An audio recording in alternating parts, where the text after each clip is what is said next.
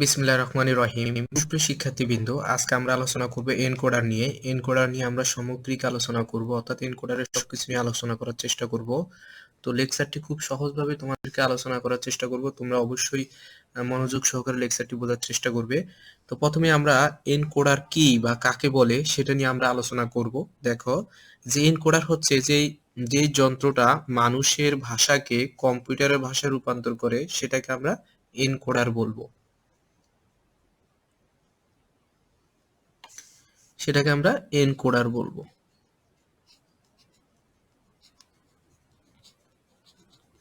যেটা মানুষের ভাষাকে কম্পিউটারের ভাষায় রূপান্তর করে সেটার নাম হচ্ছে এনকোডার। এখন এই এনকোডারের মধ্যে যদি আমার এনকোডারের মধ্যে ইনপুট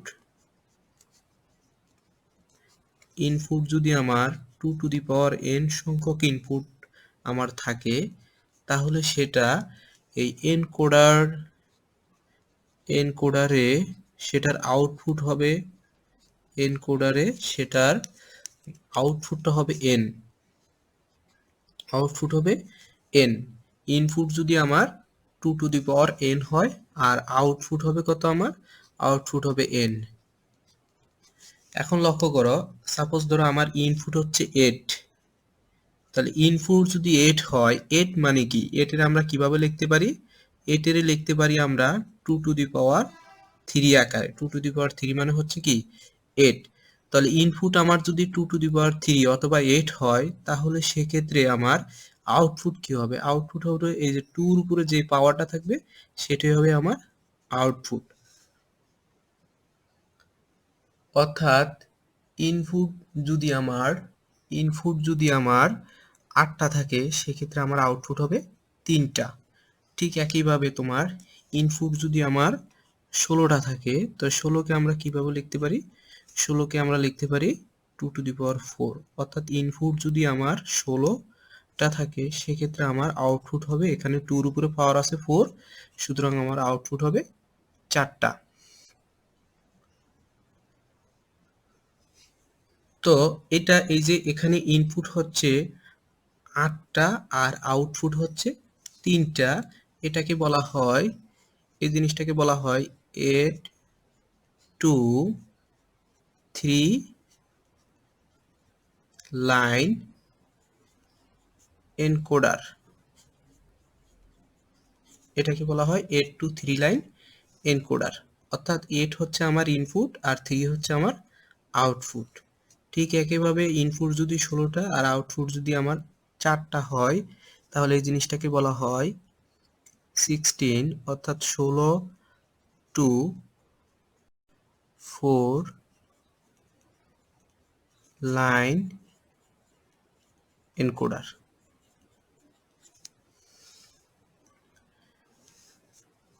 এখানে 16 হচ্ছে ইনপুট আর 4 হচ্ছে আমার আউটপুট। তো আমরা এখন আলোচনা করব তোমাদের যে 8 to 3 লাইন এনকোডারটার সম্পর্কে বিস্তারিত আলোচনা করব। এটা লজিক সার্কিট, সত্যক সারণী এবং মিন টাইম ইকুয়েশন কি হবে সেটা নিয়ে আমরা আলোচনা করব। তো লক্ষ্য করো, আমরা প্রথমেই 8 to 3 লাইন এনকোডার নিয়ে আমরা আলোচনা করব। তো 8 to 3 লাইনের এনকোডারের ডায়াগ্রামটার ক্ষেত্রে একটু আমরা প্রথমেই লক্ষ্য করব যে এখানেই ইনপুট হিসাবে আমার 8টা ইনপুট থাকে এবং আউটপুট হিসাবে থাকবে আমার 3টা। তাহলে আমরা প্রথমেই 8টা ইনপুট দিলাম, 1 2 3 4 5 6 7 8। তাহলে এই দিলাম হচ্ছে আমরা 8টা ইনপুট, এবং এই ইনপুটগুলোকে আমরা এইভাবে প্রকাশ করতে পারি ডি নট, অনেক জায়গায় আই নট বা এফ নট থাকতে পারে। তো এখানে আমরা ডি নট দিয়ে করলাম, D not, D1, D2, D3, D4, D5, D6, D7, অর্থাৎ ডি নট থেকে শুরু করে D7 পর্যন্ত এই কয়টা হচ্ছে আমার ইনপুট। তাহলে আউটপুটগুলা কি কি হবে, আমার আউটপুটগুলা হচ্ছে আমার আউটপুট হবে আমার 3টা। যেহেতু 3টা আউটপুট, সেই আউটপুটগুলাকে আমরা ধরে নিতে পারি এ, বি এবং সি।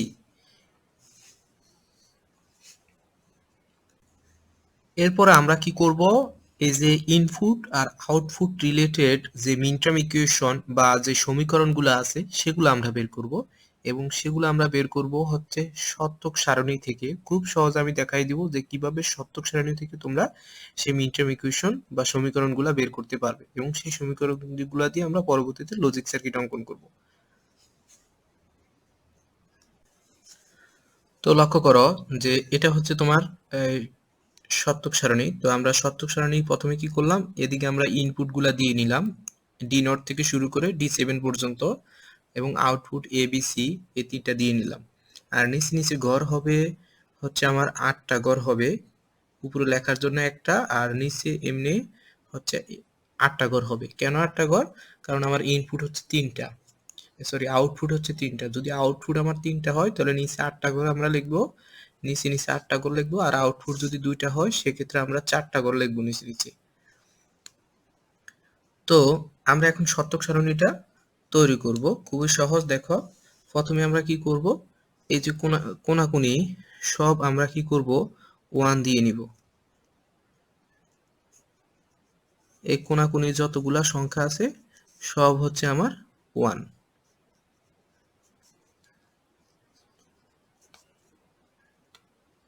শতক সারণীটা জাস্ট এমনি কৌশল, যে এভাবে তুমি যদি তৈরি করো সেক্ষেত্রে তোমার এরপর এখানে 1, তারপর হচ্ছে এখানে হচ্ছে 1। তাহলে এই শতক সারণী তৈরি করার জন্য আমরা কি করলাম, কোনাকুনি 1 দিয়ে নিলাম। সরি, এটা হবে এখানে 1 এবং এই কোণে হচ্ছে 1।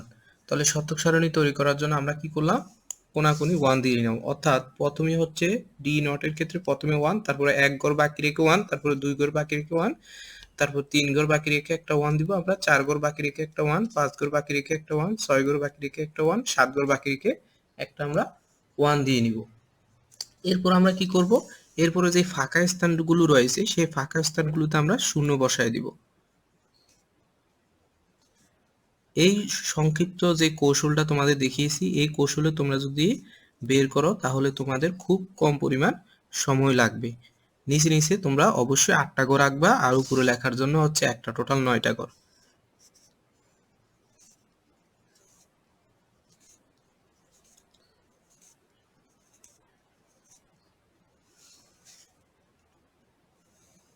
তাহলে আমরা কি করলাম, যে ফাঁকা যে ঘরগুলা রয়েছে সেগুলোতে আমরা শূন্য বসিয়ে দিলাম, আর কোনাকুনির জন্য 1 বসিয়ে দিলাম। এখন আমরা কি করব, আউটপুট গুলা বের করব আমরা। তো আউটপুট গুলার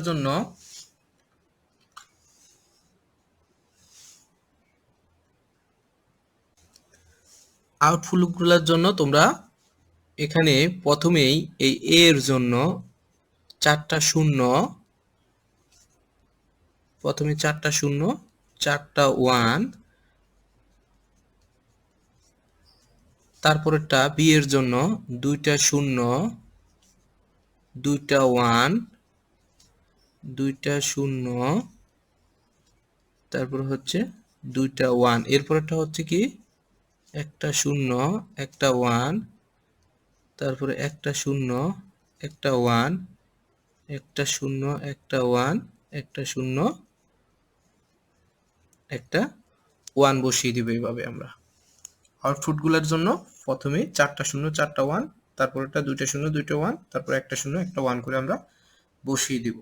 তো এভাবে কিন্তু আমাদের শতক সারণী খুব সহজে আমরা তৈরি করতে পারবো। এখন আমরা কি করব, এখন আমরা এই শতক সারণী থেকে আমরা আমাদের যে ইকুয়েশন, আমাদের যে সমীকরণ, সেই সমীকরণগুলো আমরা এই শতক সারণী থেকে বের করব। তো লক্ষ্য করো, আমরা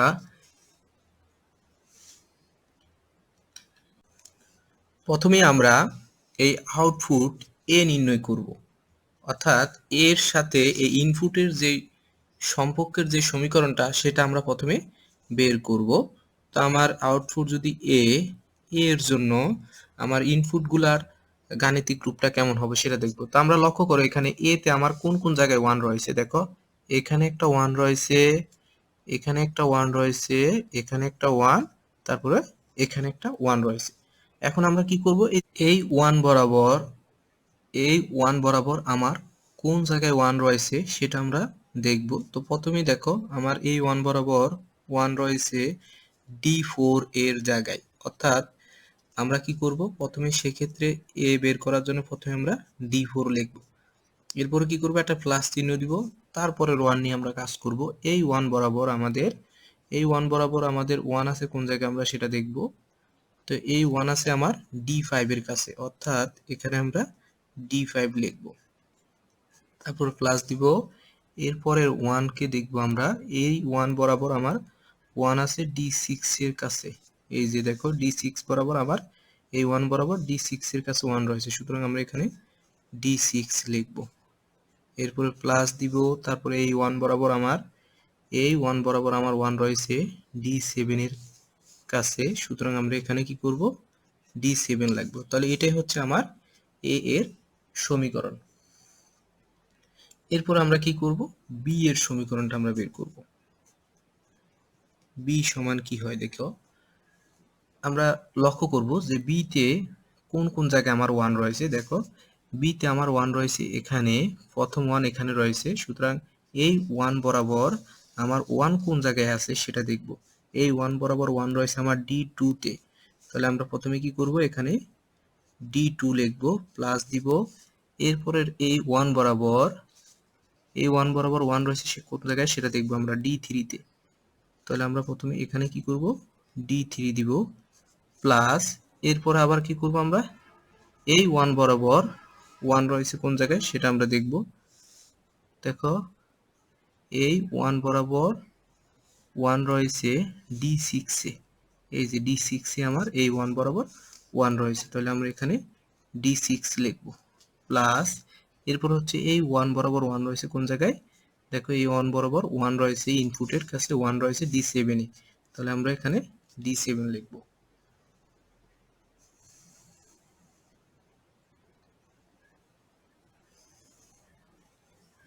তারপর আমরা বের করব কি, সি বের করব। তাহলে সি সমান কি হয় আমরা লক্ষ্য করি, সি এর ক্ষেত্রে আমার 1 আছে কোন জায়গায়, প্রথমে এই 1 রয়েছে, তাহলে এই 1 বরাবর আমার কোন জায়গায় 1 রয়েছে সেটা আমরা খুঁজে বের করি। D1 এর D1, তাহলে এখানে আমরা D1 লিখব। এরপরে হচ্ছে আবার এই 1 বরাবর, এরপরে হচ্ছে এই 1 বরাবর আমার কোন জায়গায় 1 রয়েছে সেটা আমরা খুঁজে বের করব। তাহলে এই 1 বরাবর 1 রয়েছে আমার D3 তে, তাহলে প্লাস আমরা D3 লিখব, প্লাস এরপর হচ্ছে এই 1 বরাবর ইনপুটের 1 রয়েছে কোন জায়গায় সেটা আমরা দেখব। এই ইনপুটে 1 রয়েছে D5 এ, তাহলে D5 লিখব, প্লাস এরপর হচ্ছে এই 1 বরাবর ইনপুটে 1 রয়েছে D7 এ। এটি হচ্ছে আমার সমীকরণ, অর্থাৎ ইনপুট আর আউটপুট রিলেটেড সমীকরণ। এখন জাস্ট আমরা এই সমীকরণের সাহায্যে লজিক সার্কিট কিভাবে অঙ্কন করতে হয় সেটা দেখাবো। তো লজিক সার্কিট অঙ্কনের ক্ষেত্রে লক্ষ্য করো তোমরা যে এখানে যে সমীকরণগুলো রয়েছে এ বি সি রিলেটেড, যে সমীকরণগুলো রয়েছে এগুলা সব হচ্ছে যোগ আকারে আছে। আমরা জানি যোগের ক্ষেত্রে অর গেট অঙ্কন করতে হয়, অর্থাৎ এখানে আমরা অর গেট অঙ্কন করে করব। তো আমরা প্রথমে কি করলাম, ইনপুট গুলা দিয়ে নিলাম D0 থেকে শুরু করে D7 পর্যন্ত। তো আমার প্রথমে আমরা কি করব, এর কাজটুকু করব। আমরা দেখতেছি এর সাথে আছে D4 D5 D6 D7, তাহলে এর কাছে যেগুলো আছে, এর সাথে যেগুলো আছে সেগুলা থেকে এক একটা করে আমরা এভাবে দাগ টেনে নিব। এটা হচ্ছে D4, তারপর হচ্ছে D5, তারপর হচ্ছে D6, এরপর হচ্ছে D7। এরপর আমরা কি করব, এটাকে এভাবে অর গেট দ্বারা যুক্ত করে দিব, কারণ সবকটা আমার এখানে ইনপুট যোগ অবস্থায় রয়েছে, এই জন্য আমরা অর গেট দ্বারা যুক্ত করব। এটা হচ্ছে আমার এ। এরপর আমরা বি এর কাজ করব। দেখো বি তে রয়েছে D2, তাহলে D2 থেকে আমরা একটা হাত নিব, তারপর হচ্ছে D3, D3 থেকে নিব একটা, তারপর হচ্ছে D6, D6 থেকে একটা নিব, তারপর হচ্ছে D7 থেকে একটা নিব। তারপরে কি করব আমরা, এটাকে এরকম অর গেট দ্বারা যুক্ত করে দিব। এটা হচ্ছে আমার বি। এরপর আমরা সি এর কাজ করব। সি এর ক্ষেত্রে আমার আছে D1 D1 D1 থেকে তাহলে একটা হাত নিব আমরা। তারপর আছে D3, তাহলে D3 থেকে একটা নিব। তারপর আছে D5, তাহলে D5 থেকে একটা নিব। তারপর আছে D7, তাহলে D7 থেকে একটা নিব। এরপর আমরা কি করব, এটাকে এভাবে অর গেট দ্বারা যুক্ত করে দিব। তাহলে এটা হচ্ছে আমার সি।